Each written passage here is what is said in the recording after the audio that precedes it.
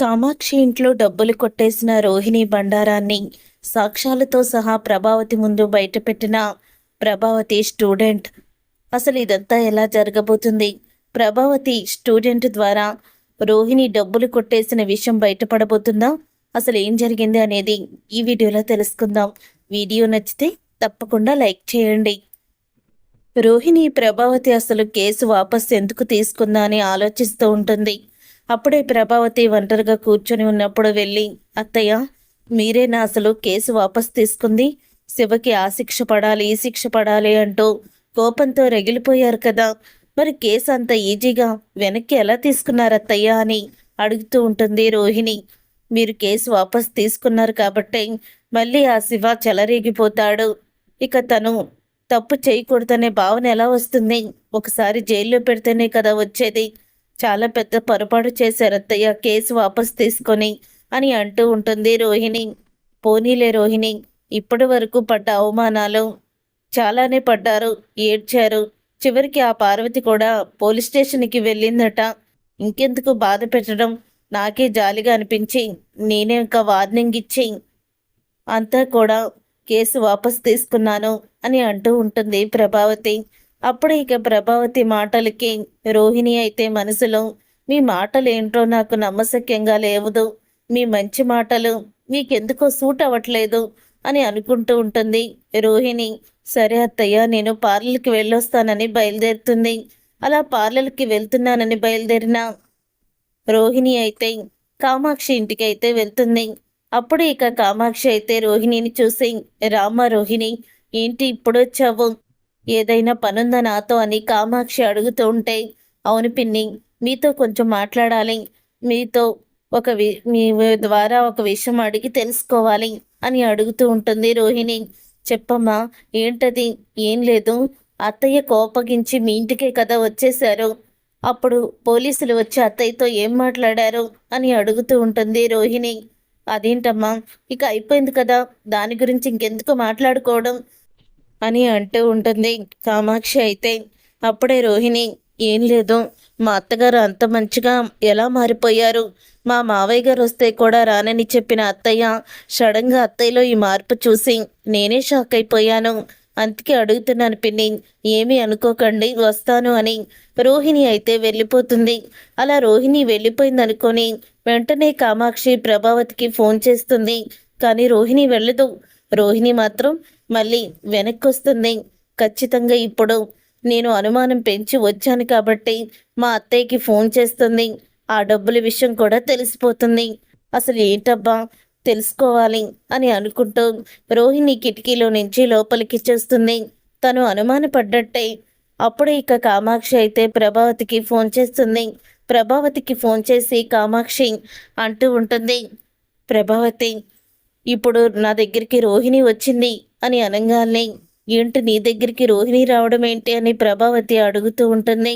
అవును, నీ గురించి ఆరా తీయడానికి వచ్చింది. ఆరా తీయడానికి వచ్చి వాళ్ళు ఏమన్నారో తెలుసా అని అడుగుతూ ఉంటుంది. అసలు మా అత్తయ్య గారు కేసు వాపస్ ఎందుకు తీసుకున్నారు, ఏం జరిగింది అని ప్రశ్నల మీద ప్రశ్నలు వేసి నన్ను చంపేసింది. చివరికి నేనైతే నిజం చెప్పలేదులే అని అంటూ ఉంటుంది కామాక్షి అయితే. అవునుదిన, నిజంగానే నేను నిజం చెప్పలేదు అని అంటూ ఉంటుంది కామాక్షి. ఇంతలో ఇంకా రోహిణి అయితే వెనక్కి వస్తుంది. ఇక వెనక్కి వచ్చి కామాక్షి ఫోన్ చేయడం అంతా కూడా గమనించి, నాకు తెలుసు పిన్ని, మీరు వెంటనే అత్తయ్యకి ఫోన్ చేస్తారని నేను అనుకున్నాను కాబట్టి మీలో అనుమానాన్ని నేను పెంచాను అని అనుకుంటూ ఉంటుంది. పక్కనే ఉండి మాటలు వింటూ ఉంటుంది రోహిణి అయితే కామాక్షివి. అప్పుడే కామాక్షి, వదిన, నువ్వు అసలు లాయర్ దగ్గర డబ్బులు తీసుకొని 2 లక్షల డబ్బులు తీసుకొని కేసు వాపస్ తీసుకున్నావని నేను అసలు కూడా బయట పెట్టను అని అంటూ ఉంటుంది కామాక్షి అయితే. ఆ మాట విని అప్పుడే రోహిణికి అయితే అర్థమైపోతుంది. అబ్బో, అందుకేనేనా అత్తయ్య గారు అంతలాగా ఇక ఇంటికి వచ్చేసారు కేసు వాపస్ తీసుకొని? ఏంటబ్బా, ఏదో జరిగిందని అనుకుంటూనే ఉన్నాను, మొత్తానికి ఇదనమాట జరిగింది. లాయర్ దగ్గర డబ్బులు తీసుకొని అత్తయ్య గారు కేసు వాపస్ తీసుకున్నట్టు సంతకం పెట్టారు అని అంటూ డబ్బులు తీసుకున్న విషయాన్ని దాచిపెట్టి అందరి దృష్టిలో మంచి మనసుతో కేసు వాపస్ తీసుకుంటున్నట్టు అందరి ముందు కూడా భలే నటించారు అని అనుకుంటూ ఉంటుంది రోహిణి. అప్పుడే కామాక్షి అయితే, వదిన, వంటగదిలో కందిపప్పు డబ్బులు భద్రంగా ఉన్నాయి, నువ్వేమీ కంగారు పడకు, ఆ డబ్బులు ఎక్కడికి పోవు అంటుంది. కామాక్షి అయితే, వదిన, నువ్వు కానీ డ్యాన్స్ స్కూల్కి వస్తావా? నేను బయటికి వెళ్ళే పనుంది, బయటికి వెళ్తాను, ఒక అరగంటలో మరి ఇక్కడికి వస్తావా నువ్వు అని అడుగుతూ ఉంటుంది కామాక్షి. వస్తాను కామాక్షి అని ప్రభావతి అయితే చెప్తుంది. సరే వదిన, మరి నేను ఇక పిల్లలు డ్యాన్స్ నేర్చుకోవడానికి వచ్చారు, నువ్వు తొందరగా వస్తే నేను తొందరగా బయటికి వెళ్తాను అని చెప్తూ ఉంటుంది కామాక్షి. సరే నేను వస్తాను అని ప్రభావతి బయలుదేరుతుంది. తర్వాత ఇక ప్రభావతి అలా బయలుదేరాక ఇంకా ప్రభావతి అయితే ఆలస్యంగా వస్తూ ఉంటుంది. రోహిణి అయితే ఎప్పుడెప్పుడు కామాక్షి బయటికి వెళ్తుందా, ఆ 2 లక్షలు కొట్టేద్దామని గోటికాడ గుంటనక్కలా చేరి చూస్తూ ఉంటుంది. ఇప్పుడు వీళ్ళ దగ్గర ఉన్న ఆ 2 లక్షలు కొట్టేయాలి, ఇక ఇంతకన్నా నాకు వేరే దారి కనిపించడం లేదు, ఇప్పుడు ఆ డబ్బులే నన్ను కాపాడుతాయి, అయినా వీళ్ళేమన్నా కష్టార్జితమా, అక్కడ పెట్టుకున్నాడానికి కొట్టేసినవే కదా, నేనెందుకు ఆలోచించాలి, నేను కూడా వీళ్ళకి రివర్స్లోనే వెళ్తాను అని అనుకుంటూ ఉంటుంది రోహిణి. ప్రభావతి వదిన వచ్చేసరికి లేట్ అయ్యేటట్టుంది అని మళ్ళీ ఫోన్ చేస్తుంది ప్రభావతికి కామాక్షి. వచ్చేసాను కామాక్షి, 5 నిమిషాల్లో అక్కడ ఉంటాను అని అంటూ ఉంటుంది ప్రభావతి. ఇంతలో ఇక ప్రభావతికి ఒక చిన్ననాటి స్నేహితులు ఎదురుపడడంతో ఇక్కడికి రావడం అనే ఉద్దేశం నుంచి తన చిన్ననాటి స్నేహితులతోనే అక్కడే ఇక మాటలు పెట్టుకొని కూర్చొని ఉంటుంది ప్రభావతి. తరువాత ఇక వచ్చేస్తుంది కదా అని కామాక్షి అయితే ఇక తలుపుకి తాళం వేయకుండా నాట్యం నేర్చుకోవడానికి వచ్చిన స్టూడెంట్స్ ఉన్నారని తన పని మీద తనైతే అక్కడి నుంచి బయటికి వెళ్తుంది. అమ్మయ్య, ఆ భగవంతుడి దయ వల్ల కామాక్షి పిన్ని బయటికి వెళ్ళిపోయింది, అత్తయ్య వచ్చేలోపు నేను వెళ్ళి వంటగదిలో పోపుల డబ్బాలో ఉన్న డబ్బులు తీసేసుకోవాలి అని అనుకుంటూ ఉంటుంది రోహిణి. అలా అనుకున్న రోహిణి లోపలికైతే వెళ్తుంది. నక్కి నక్కి చూస్తున్న రోహిణిని ప్రభావతి స్టూడెంట్స్ ఇద్దరు ప్రేమించుకుంటున్నారు కదా, వాళ్ళు ఇద్దరూ అయితే అనుకుంటారు, ఇదేంటి ఈ అమ్మాయి ఇలాగా నక్కి నక్కి చూస్తుంది లోపలికి, ఏమై ఉంటుంది అని ఇద్దరు కూడా అనుకుంటూ ఉంటారు. పద చూద్దాం అని అనగానే వంటగదిలోకి వెళ్తుంది రోహిణి. వంటగదిలోకి వెళ్ళిన రోహిణిని చూసి వంటగది కిటికీలోని చూద్దాం పద, లోపలికి ఏం చేస్తుందా ఆమె అని అనుకుంటూ లోపలికైతే చూస్తారు. అలా లోపలికి చూసిన తర్వాత అప్పుడు ఇక డబ్బాలో ఉన్న డబ్బుల్ని కొట్టేస్తూ ఉంటుంది రోహిణి. ఇదంతా కూడా ఇక వెంటనే వీడియో రికార్డ్ చేస్తాడు ప్రభావతి స్టూడెంట్ అయితే. ఇక ప్రభావతి స్టూడెంట్ మొత్తం కూడా అలా వీడియో తీస్తూ ఉంటాడు. ఇదేమీ గమనించకుండా 2 లక్షలు కనిపించాయి ఆనందంలో.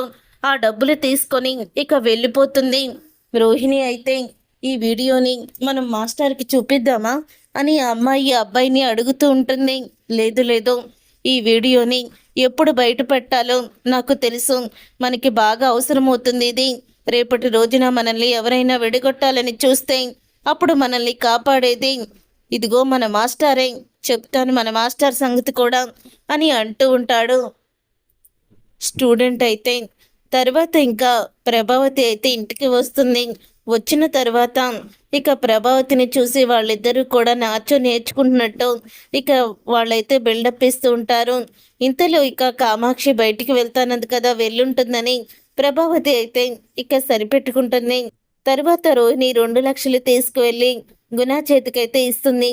నీకు 2 లక్షలు ఎంతో కష్టార్జితం మీద తీసుకొచ్చాను, కాబట్టి ఈ 2 లక్షలు తీసుకుని నువ్వు వెంటనే వాడికి వైద్యం చేయించు, ఇక నన్ను డబ్బులు మాత్రం అడగొద్దు, నా దగ్గర 1 రూపాయి కూడా లేదు అని రోహిణి అయితే గుణతో చెప్తూ ఉంటుంది. ఈ డబ్బులే చాలా కష్టంగా నేను తీసుకొచ్చాను అని రోహిణి అంటుంది.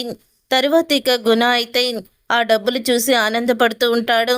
రోహిణి వెళ్ళిపోయిన తర్వాత గుణ లోపలికి వెళ్ళి దినేష్ దగ్గరికి, ఇదిగో డబ్బులు తీసుకురాదని చెప్పావు కదా, రోజులు గడిపేస్తుంది కానీ డబ్బులు ఊడి రావని, చూసావా 1 రోజులోనే నా డబ్బు మొత్తం కూడా ఇచ్చేసింది అని అంటూ ఉంటాడు గుణ. ఇక గుణ మాటలకి మరి నన్నెప్పుడు బయటికి పంపిస్తున్నావు అని అడుగుతూ ఉంటాడు దినేష్ అయితే. ఇక నువ్వు బయటికి వెళ్ళిపో, అవసరమైనప్పుడు పిలుస్తాను, ఇలాగా ఈ రోహిణి దగ్గర డబ్బులు లాక్కోవడానికి అని అంటూ ఉంటాడు గుణ. సరే గుణ అని అక్కడి నుంచి దినేష్ అయితే వెళ్ళిపోతాడు. అలా దినేష్ వెళ్ళిపోయిన తర్వాత గుణ అయితే, రోహిణి భలే చిక్కావు నా వలలో, నీ ముందు ముందు నీ ఉపయోగం నాకు చాలా ఉంది అని అనుకుంటూ ఉంటాడు గుణ. తరువాత ఇక ప్రభావతి అయితే, ఇంటికి వెళ్ళిపోతున్నాను, మీరు కూడా ఇంటికి వెళ్ళిపోండి స్టూడెంట్స్ని పంపించేస్తుంది. ప్రభావతి వెళ్ళిపోయేటప్పుడే కామాక్షి బయట నుంచి వస్తుంది. ఏంటో అప్పుడే వెళ్ళిపోతున్నావా అని అడుగుతూ ఉంటే, ఎక్కడికి వెళ్ళిపోయావు కామాక్షి, నువ్వు లేకపోతే ఇల్లులా లేదు చూడు, అసలు బోరు కొడుతుంది బాగా అని అంటూ ఉంటే, బోరు కొట్టడం ఏంటి, పిల్లలు ఉన్నారు కదా నాట్యం నేర్చుకోవడానికి అని చెప్తూ ఉంటుంది కామాక్షి. వాళ్ళున్నా నువ్వు లేనిదే లోటే కదా అని చెప్తూ ఉంటుంది. అవును, నేను లేకపోతే నీకు గడవదు, ఎందుకంటే నీ పాపంలో నేను కూడా పాలు పంచుకుంటున్నాను కదా అని అంటూ ఉంటుంది కామాక్షి అయితే. ఇక కామాక్షి అన్న మాటలకి అప్పుడే ప్రభావతి, సరేలే ఈ డబ్బులతో మనం ఏదో ఒక బిజినెస్ పెట్టుకున్నాము. ఏం బిజినెస్ అంటే శారీ బిజినెస్ బాగా వెళ్తుంది, ఏదో ఒక మంచి రోజు చూసి శారీ బిజినెస్ పెడదాము అని ప్రభావతి అయితే చెప్తుంది. సరే వదిన అని కామాక్షి కూడా అంటుంది. తరువాత భరతనాట్యం నేర్చుకోవడానికి వచ్చిన ఇద్దరు పిల్లలు ఇంటికి వెళ్లకుండా వాళ్ళైతే పారిపోతారు.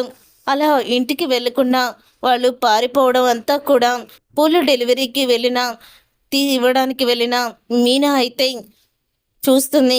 ఇక మీనా చూసి వాళ్ళిద్దరి దగ్గర బైక్ ఆపి ఎక్కడికి వెళ్తున్నారు అని అడుగుతూ ఉంటుంది మీనా.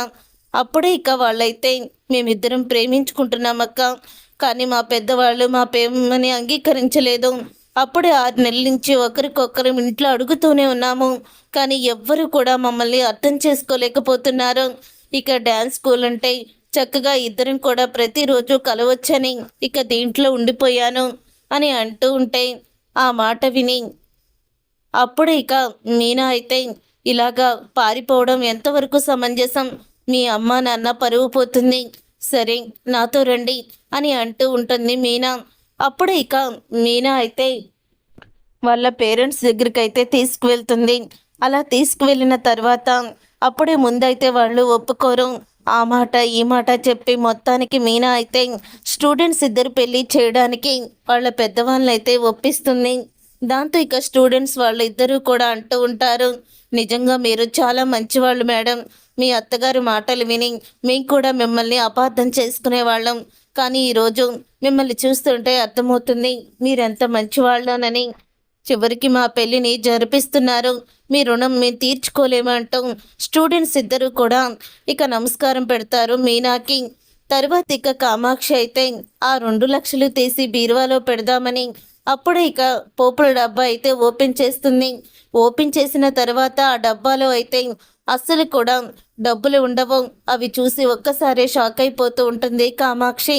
ఇదేంటి, వదిన ఇచ్చిన డబ్బులు నేను ఇక్కడే పెట్టాను కదా, ఇక్కడ లేవేంటి, ఇప్పుడు ఏం చేయాలి, వదిన అడిగితే ఎటువంటి సమాధానం చెప్పాలి, నాకేమో అస్సలు కూడా కాళ్ళు చేతులు ఆడడం లేదు, డబ్బులు ఏమైపోయాయో తెలియడం లేదు అని ప్రభావతికి ఫోన్ చేస్తుంది.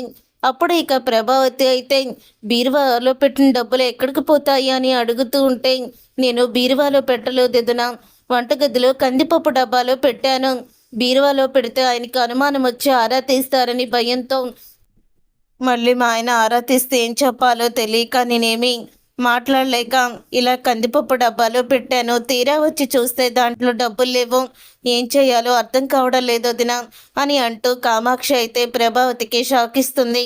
అయ్యో, 2 లక్షల రూపాయలు, ఇప్పుడు ఏం చెయ్యాలి వదిన, అసలు నువ్వు ఇంట్లో లేనప్పుడు ఎవరెవరు వచ్చారు అని చెప్తూ ఉంటే, అప్పుడే అదే మీనా వచ్చింది, మీనా బాక్స్ తీసుకొచ్చింది, అయినా మీనా అలాంటిది కాదు కదా అని కామాక్షి అంటూ ఉంటే, కాదని ఎలా చెప్పగలవు కామాక్షి, వాళ్ళ తమ్ముడు ఎంత పని చేశాడో చూసావు కదా, ఇప్పుడు అక్క కూడా అదే చేయాలని చూస్తుందేమో, లాయర్కి అంతంత డబ్బు ఇచ్చారు కదా వాడిని విడిపించడానికి, ఆ లాయర్కి ఇచ్చిన డబ్బులన్నీ కూడా వెనక్కి తీసుకోవాలి కదా, అందుకని ఆ మీనా ఇలా ప్లాన్ చేసి ఉంటుంది.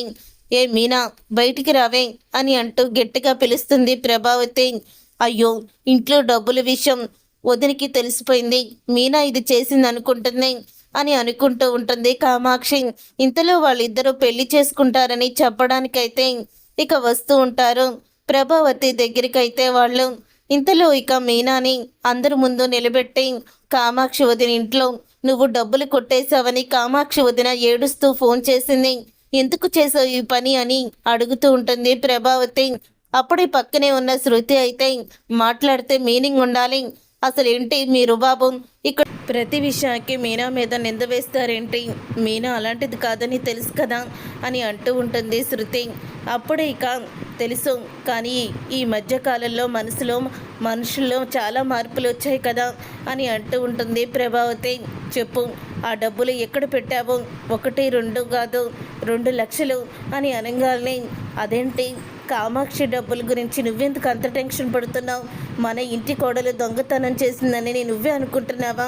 తను ఇప్పుడు కూడా అసలు కూడా అలాంటి పనులు చేయదు, నీకు తెలీదా? మీనాకి ఆత్మాభిమానం ఎక్కువ అని సత్యం అంటూ ఉంటే అప్పుడే ఇక మీనా కూడా అవునత్తయ్య, సత్య ప్రమాణకంగా చెప్తున్నాను, ఆ డబ్బుల గురించి తెలీదు అని అంటూ ఉంటే అదేంటి మీనా, కామాక్ష పిన్ని వాళ్ళ ఇంటికి వెళ్తే నువ్వు కాస్త అయినా సరే కుదురుగా ఉండాలి కదా, ఎందుకు నువ్వు ఇలా చేసావు అని రోహిణి అంటూ ఉంటే నోరు ముయ్యి రోహిణి, నా గురించి తెలిసి కూడా అలా మాట్లాడుతావేంటి? నేను దొంగతనం చేయడం ఏంటి? ఎవరు దొంగతనం చేశారో వాళ్ళు తప్పకుండా బయటికి వస్తారు. 1 రోజు తప్పించుకుంటారు, 2 రోజులు తప్పించుకుంటారు, తర్వాత తప్పించుకునే పరిస్థితి రాదు, తర్వాత శిక్ష అనుభవించాల్సిందే అని మీనా అంటూ ఉంటుంది. ఇంతలో ఈ మాటలకేమీ తక్కువ లేదు, పౌరుషం ఉన్నట్టు బాగానే మాట్లాడతావు కానీ నువ్వు అని అంటూ ఉంటుంది ప్రభావతి. అసలు నిన్ను అప్పుడే ఇంట్లో నుంచి బయటికి గెంటేసుంటే ఈ పరిస్థితి వచ్చేది కాదని మళ్ళీ మీనాని ఇంట్లో నుంచి వెళ్ళిపోమని కూర్చుంటుంది ప్రభావతి. ఇంతలో ఇక ప్రభావతి దగ్గరికైతే ఇక వస్తూ ఉంటాడు వాళ్ళ స్టూడెంట్ వచ్చేసరికి అప్పుడే ఇక మీనాని దొంగ అని అందరూ కూడా తిడుతూ ఉంటారు. అందరూ అంటే రోహిణి, మనోజ్, ప్రభావతి వీళ్ళు ముగ్గురు కూడా ఒకే మాట మీద ఉంటారు. ఇదంతా చూసి ఆ స్టూడెంట్స్ అయితే అయ్యో అక్కే దొంగతనం చేసిందని వీళ్ళైతే అనుకుంటున్నట్టున్నారు, మనం ఏదో ఒకటి చెయ్యాలి అని అంటూ ఉంటాడు. అవును, నువ్వు వీడియో తీసావు కదా, ఆ వీడియోని చూపించు అని అంటూ ఉంటుంది ఆ అమ్మాయి అయితే. మాస్టారు ఆగండి, ఈ అక్క ఏ తప్పు చేయలేదు, ఆ డబ్బులు ఎక్క తీయలేదు అని అంటూ ఉంటాడు అతను. డబ్బులు తీయలేదని నీకెలా తెలుసు అని అనగానే నాకు తెలుసు, ఆ డబ్బులు అసలు అక్క తీయలేదు, ఆ డబ్బులు ఎవరు తీశారో కూడా నాకు తెలుసు అని అంటూ ఉంటే ఆ మాట విని రోహిణి అయితే ఇదేంటి వీళ్ళు డబ్బులు ఎవరు తీశారో మాకు తెలుసని అంత ఖచ్చితంగా చెప్తున్నారు, కొంపదీసి నేను డబ్బులు ఇచ్చేటప్పుడు వీళ్ళిద్దరు చూడలేదు కదా అని రోహిణి భయపడిపోతూ ఉంటుంది. చూడండి మాస్టర్, ఇదిగోండి ఆ వంటగదిలో పోపుల డబ్బాలో ఉన్న డబ్బుల్ని ఎవరు తీస్తున్నారో చూడండి అని అంటూ ఉంటాడు ప్రభావతితో వాళ్ళ స్టూడెంట్ అయితే. అప్పుడే ప్రభావతి ఇక ఆ వీడియోని చూసి షాక్ అయిపోతూ ఉంటుంది. వంటగదిలో కందిపప్పు డబ్బాలో పెట్టిన డబ్బులు రోహిణి కొట్టేయడం చూసి స్టన్ అయిపోతూ ఉంటుంది. మరి ఇప్పుడేమంటారు మీరు అని అనగానే ఏమీ మాట్లాడలేకపోతుంది ప్రభావతి అయితే. అప్పుడే ఇక ప్రభావతి కామాక్షి ఇంట్లో డబ్బులు కొట్టేసి ఏమీ తెలియనట్టు నంగనాచులాగా నుంచొని ఉన్నావా అని అడుగుతూ ఉంటుంది రోహిణిని ప్రభావతి అయితే. అప్పుడే ఇక ప్రభావతి అన్న మాటకి రోహిణి అది అత్తయ్య, నన్ను క్షమించండి అత్తయ్య అని అనగానే నిన్ను క్షమించే ప్రసక్తే లేదు, నువ్వెందుకు తీసావు, ఆ డబ్బులు ఏం చేశావో మొత్తం నిజాన్ని బయటపెట్టు అని అనగానే అవి ఆ 2 లక్షలు మీవే కదత్తయ్య ఆ డబ్బులు అని అంటూ ఉంటుంది రోహిణి. ఆ మాట విని షాక్ అయిపోతూ ఉంటాడు సత్యం. ఏం మాట్లాడుతున్నావు నువ్వు, ఆ డబ్బులు అసలు తన ఎందుకు అవుతాయి అని అడుగుతూ ఉంటే అవును మావయ్య, ప్రభావతి అత్తయ్య గారి ఆ డబ్బులు కామాక్షి పిన్ని దగ్గర దాచిపెట్టారు. అసలు మీనా తమ్ముడు కేసు వాపస్తూ మంచితనంతో మానవత్వంతో వాళ్ళ భవిష్యత్తు ఏమవుతుందనే ఆలోచనతో ఇక మంచి మనసు చేసుకొని అత్తయ్య గారు జైల్లో నుంచి అతన్ని విడుదల చేయించారని అనుకున్నారు కదా, కానీ అదంతా కూడా నిజం కాదు. కేసు వాపస్ తీసుకోవడం ఎందుకు జరిగిందంటే లాయర్ దగ్గర 2 లక్షల డబ్బులు తీసుకొని అత్తయ్య కేసు వాపస్ తీసుకున్నారు.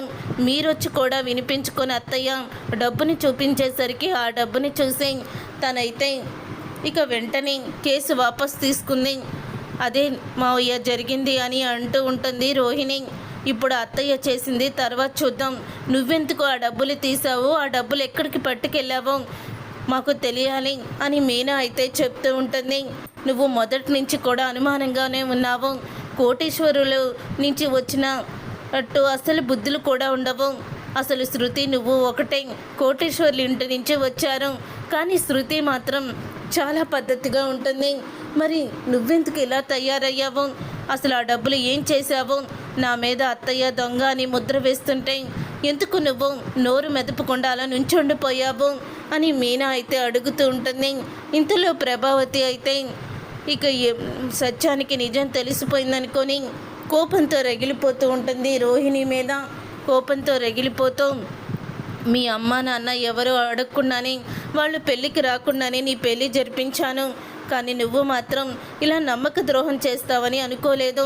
ఆ 2 లక్షలు నాకు రేపటికల్లే టేబుల్ మీద ఉండాలి.